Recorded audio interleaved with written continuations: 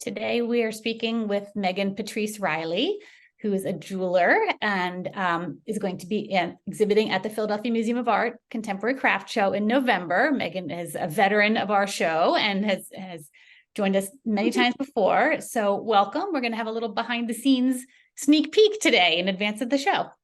Welcome.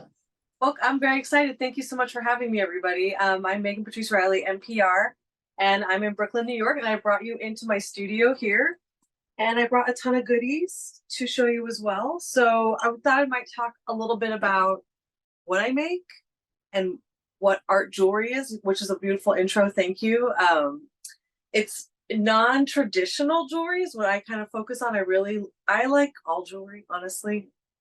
I like all the jewelry. But what comes out of me is something that's very mathematical and linear, but also very soft and light. I use this steel cable. It looks like this kind of like industrial woven steel. You can kind of see the grain on there. It's braided inside, so it's not. What's great is it's super strong, but it is extremely light and airy and drapes like a fabric, and I get to play with it like a fabric and a metal together. And from there, I start taking my drawings and bringing them to life and building these little worlds of like cascades of gold, or starting to build 3D structures and setting gemstones in. So welcome to Brooklyn. Thank you. Tell us a little bit about how you got started, because this is such a specific niche that you created here. How did you get to this point where you are today with this technique and this material?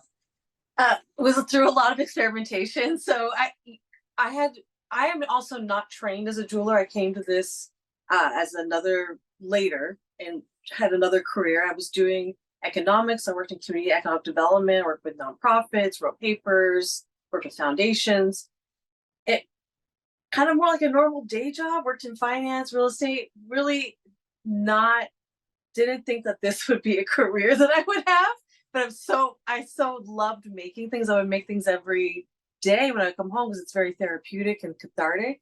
And I really love textiles, but I'd always loved jewelry and I've been beading. So I decided to take more classes, get really into it, become more metalsmithing, and just played a lot and really experimented and allowed myself to play with materials and make things that make a lot of mistakes. How's that? Make a lot of mistakes and a lot of things that weren't great to get to the point where I made things that were starting to look like, oh, there's something here. And I started to really get into art jewelry, the idea of having a little bit more thoughtfulness behind the design, the fabrication. Sometimes there's like more of a message, or there's a story that goes with the pieces. And for me, I always wanted to make beautiful things, and I started making things for my mom when I was really young.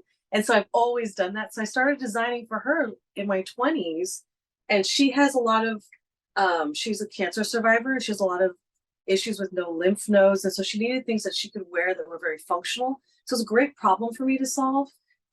So these are all, I use a lot of, not only non-traditional materials, the steel cable that I just talked about. I mean, I bring in a lot of traditional materials like gemstones and silver and gold, but I bring also ideas about how things move and how things drape on the body. Lots of different body types can wear my work because it'll drape and have movement and fit over lots of curves. But I also have it where it's really accessible in the sense that it's all magnet clasps. So it's for people who have maybe limited motion or have a harder time. And so this was easier for her. It's a harmony of everything. Very, very thoughtfully designed, all the elements of it. Oh, yeah.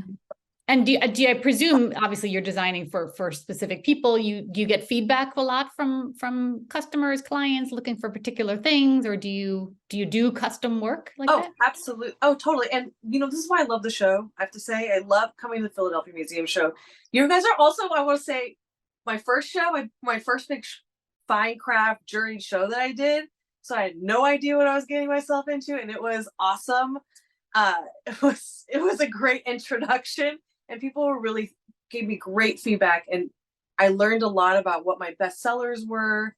I I did a lot of custom, like lengthening, shortening. What's great also about the show is I can do all those custom adjustments on site with customers, and I get to do all those talk through gemstone choices, length. We do things for brides, bridesmaids, custom style, add a bracelet to the back and make it a lengthener for a necklace. Problem solve, honestly. And I do that through my website too. You can always chat me, but at the show, I'm able to do a lot of these adjustments on site or kind of do. It's really fun. It's On yes. person. I mean, you can model on person. Every piece is, and the way people wear it and bring themselves to it also becomes so interesting. How people touch things and put things on their body and really wear things is so invaluable, such invaluable feedback.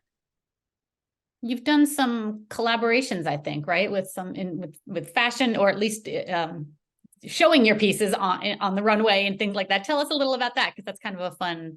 Oh yeah. It's kind of also how I start. It's another that was coming to New York for me. I'd always looked at fashion and that was like, I don't know if I'm going to ever do that. And jewelry is so small, so it's not something that lends itself naturally to a runway show. So collaborating with a fashion designer where they have the clothes and they need the space for that. For us, we sometimes need smaller space, but to put it all together and put the outfit together is just, talk about storytelling. You are putting together a story, and the jewelry changes every time. So I've been lucky enough to work with multiple designers because I live here. Honestly, I talk to a lot of people and it's fun, and you find people who share a vision. So I just did one recently with Tina's Wish, which is a ovarian cancer survivor, and they posted a whole, and we did it with my friend Renat Brodock, and it was awesome. And I'm wearing also a designer from Philly Museum Show that I've done collaborations with, where she will make clothes for me and then I will use them in my model shoots. So I'll be able to create my own story about what I'm trying to say more fully, I feel like. So it's beautiful. It beautifully works together. We love seeing collaborations between our artists and the different media. It's great. This is Pico Velda too, by the way. This is one of your artists from years ago that I love. We can only see part of it, but there you go. Show us some things that you're currently working on, or something you're really excited about, or what's on your bench right now there. Well, I brought you a lot of options. I've been making a lot of big earrings. I've been making brooches, I brought some big necklaces. Right now, I thought I would bring these out because I just found these. I forgot I made them. Cute. So I'm wearing the small version of these kind of 3D earrings that are kind of like little springs. So I brought these really big ones. They are feather light and they literally feel like a sling. They're huge. They're amazing, but they are kind of, I think with the right outfit, maybe with no necklace, they'd be really fun. And so I've been doing quite a few, like almost Alexander Calderidge, Mobile, super long earrings, and having a good time with that. I want to put the outfits together for this. There's a great story here.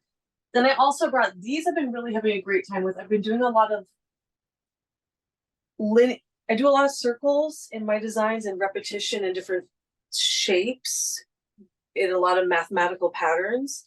But I've also been doing quite a few gridded, almost pulley system, like ladders that are infinity symbols.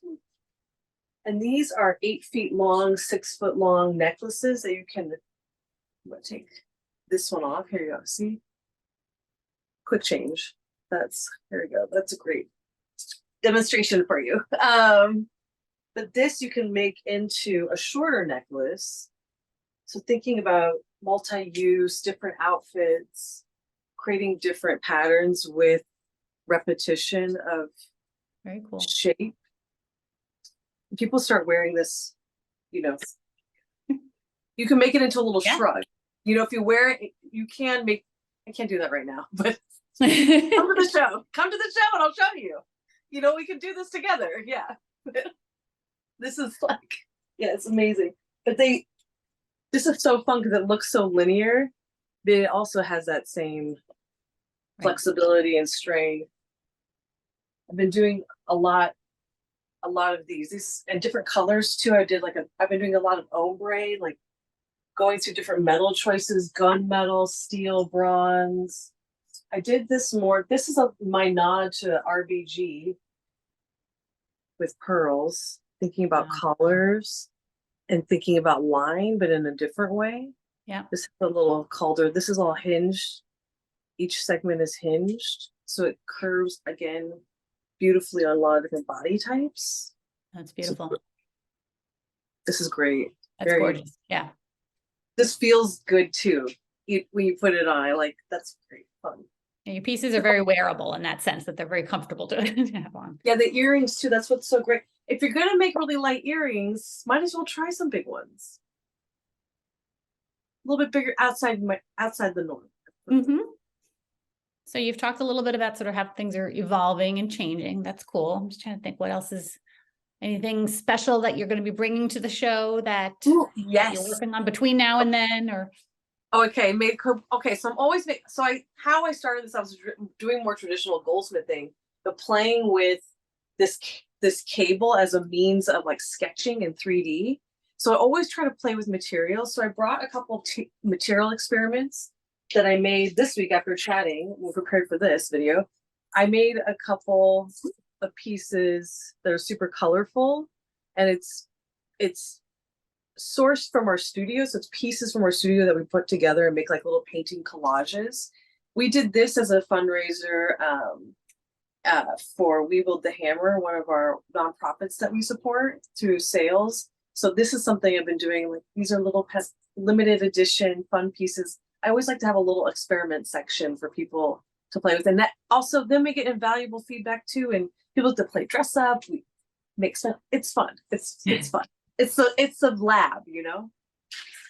Well, that's a very different look with all the color. It's a whole different look. Yeah.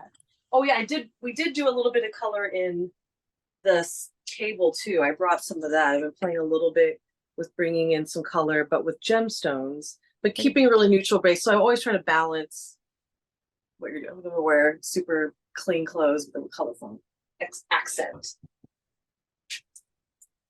Great. What else is going on between now and then? I'm thinking any other collaborations with any other artists coming up that you're... Well, I'm going to be in LA with one of my clothing designers at her shop doing a trunk show. And we're doing a fundraiser there too for World Famine. So we're doing part of the proceeds. We'll try to always align with people who have similar ideas about how we run our businesses. So it's another woman-owned business. She's makes these really beautiful architectural clothes, which really complement the jewels. So we're going to have a showing. And then I'm looking forward to seeing everybody at Philly and dress up. And I will have probably a ton more jewels by then too. So feedback always welcome. We end up chatting. Yes, feedback always welcome. So I can't wait to talk to everybody. Yeah. And see everybody and have a good time at the party and get dressed up. Looking forward to having you there. And this has been a great behind the scenes sneak peek here to whet everybody's appetite. And I'm very excited. We look forward to seeing you at the convention center. Our opening is on November 2nd. And then the show will be that weekend, the 3rd, 4th, and 5th. And we will look forward to seeing all of this and more in November. Oh, there'll be more. And you guys, let's get dressed up. It's going to be so fun too. It's like a wonderful reason to get dressed up and wear the jewels. Exactly. It's a fashion show at the show. You get to, everybody else is looking cute too. You'll have a great time. Great. I can't wait. We look forward to seeing you. Thanks very much for giving us a little sneak peek today. Thank you guys so much. Have a great one. Thanks.